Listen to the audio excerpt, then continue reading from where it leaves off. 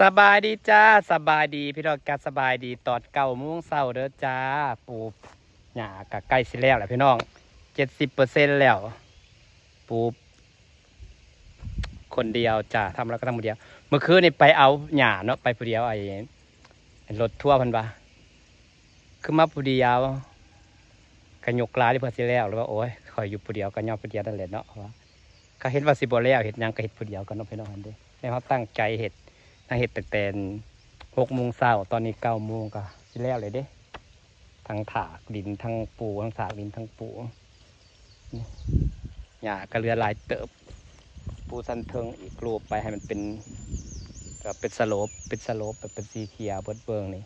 ฝนตกมาน้ำกับบกขุนน้ำกับสีใสจ้าเพราะว่าหญ้ามันกองไว้แล้ว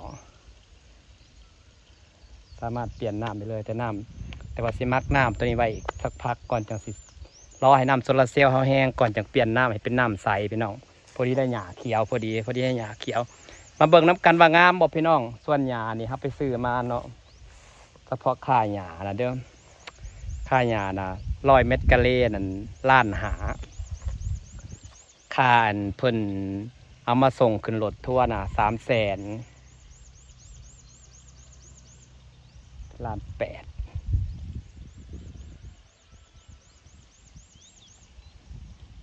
จ้ะงามบ่พี่น้องถ่ายมันเขียวเด้อขนาดพอหันเขียวได้นี่พี่น้องคันเขียวสิซ้ำใดขนาดพอหันเขียวพอน้ำมันก็ออกสีใสๆเลยเนาะน้ำมันลายมือมันออกสีใสๆเลยพี่น้องมันอันนี้นอนแบบว่าน่าจะแบบอันนั้นนอนลองมาเอาปลาก็ขึ้นมากินอาหารเลยพี่น้องเด้ปลาก็ขึ้นมากินอาหารขึ้นมาจุดแล้วจ้าปลาละจ้าปลาขึ้นมากินอาหารเต็มเลยพี่น้องนี่จ้าปลาขึ้นมากินอาหารนี่วานอาหารลงไปขึ้นมากินอาหารเซลล์ถึงสิปลายังกระซ่าแล้วน้ำใสมันก็งามน้ำบ่ใสมันยังงามเลยพี่น้องแต่สักพักน้ำมันก็จะใสเมื่อนี้แล้วปลูกแล้วเนี่ยเขาสิไปเอาผักตบมาเอาผักตบ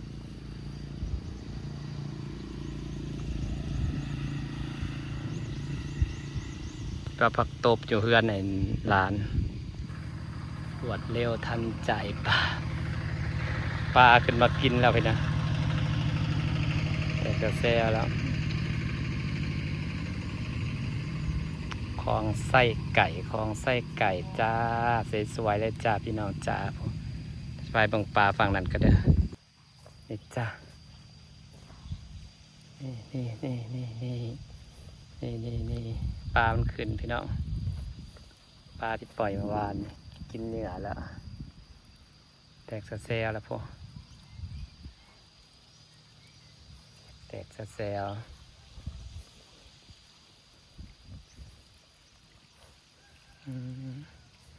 ก่อนสิจะได้แล้วปลูกเนี่ยสิเอาผักตบปนนี่พี่น้องเอาผักตบมาใส่ผักตบชวาหญ้ากระสิแล้วหญ้าสิแล้วล่ะพี่น้องหญ้ากระเรือลายเติบก็สิปลูกเป็นเบิดนี่แหละ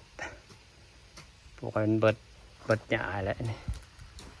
100 เมตรกะเลเนี่ยได้หลายอยู่ด้วยเนาะคันปูเบิดเทือนนี่คือประมาณ200 เมตรกะเลใจก็อยากปูตัวนี้อยู่พี่น้องนี่ตัวมันเหลือตอนบ่ไว้หญ้าบ่ไว้ทางหญ้าตัวนี้ใช้หญ้าตัวนี้เคี้ยวแล้วตัดหญ้าตัวนี้เอาฝั่งนี้นะอะไรดอกไม้นะป้าตัดหญ้าตัวนี้เอามึงนี่5 มิลลิดอกมะลินะป้ามะลิซ้อนงามแท้งามมาในหญ้านะขึ้นไวเต็มที่แล้วพวกขึ้นไวขึ้นว่าขนาดไทเปเขาจนมันมีสิทธิ์ขึ้นตัดเปิงอีกรอบก่อนเขียวเปิงนางเปิดน้ำผูให้ปลานี่ให้มันมีออกซิเจนนะเพราะว่าน้ำมันปลาออกซิเจนน้ำมันอยากหน่อยอันแห้งๆในปลาหมักกี่ดอก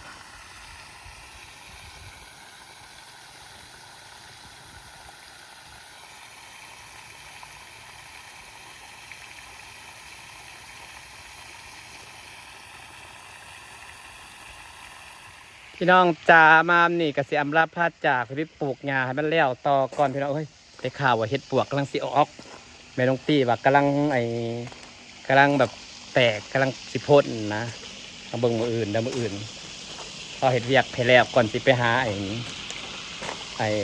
เห็ดปวกมืออื่นเห็ดปวกออก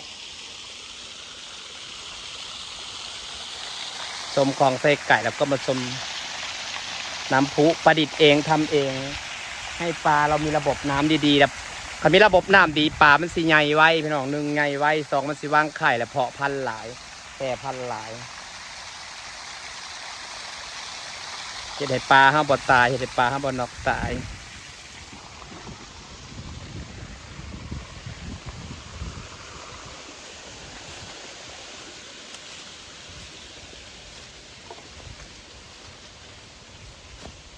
บรรยากาศไว้ซ้ำนี่แหละพี่น้องพอกันคลิปหนาเด้อจ้าอีกก็ไม่ได้ถ่ายยาวหรอกเพราะเขาอยู่คนเดียวถ่ายละยาวหลายเอฟซีสิบเบิ่งจบมาไม้คอยจะพ่นปลุกปลูพ่นแท้พ่นว่าพ่นโพดว่าหน่อไม้ขึ้นมาใหม่ไม่แต่หน่อใหญ่ๆความชื้นมันเพิงเลยเนาะเก็บเอาแกบมาหวานลงอีกเป็นได้เอาเพืองมาให้มันเน่าอีกเป็นได้นี่ก่อนก็ได้พุทธปูดออกคักออกแน่โอเคครับพี่น้องขาบ๊ายบายสวัสดีเด้อสวัสดีทุกคนฝนก็มาพอฝนละจ้าฝนก็เป็นใจปลูกงานแล้วก็ตกห้ำหายโอ้ยจำนวนฝนเป็นใจคอยได้พี่น้องกันบ้างเนี่ยโอ้ยฝนตกห้ำฝนตกห้ำหยาปลูกมันก็เขียวขึ้นเลยแล้วเนี่ยนะมันก็ติดแล้วแหละเนาะสิกระยะยังมันก็เขียวคึมๆขึ้นแล้วแหละนี่พี่น้องโพดโพงามแต่เท่านี้ฝนมาแล้วฝนมาแล้วมาถอดปลั๊กไฟก่อนใส่สากมาต่อยาวเลยกันนี่ปอคึมฟ้าคึมฝนก็มากระดอกกระเดียแต่พี่น้องมองหน่อยก็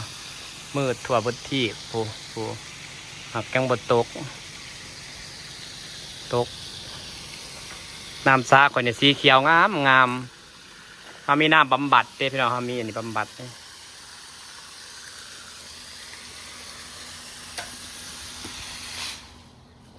การมีน้ำผุเนี่ยมันก็ดีพี่น้องมันเห็ดให้ปลาเขาใหญ่ขึ้นอย่างนี้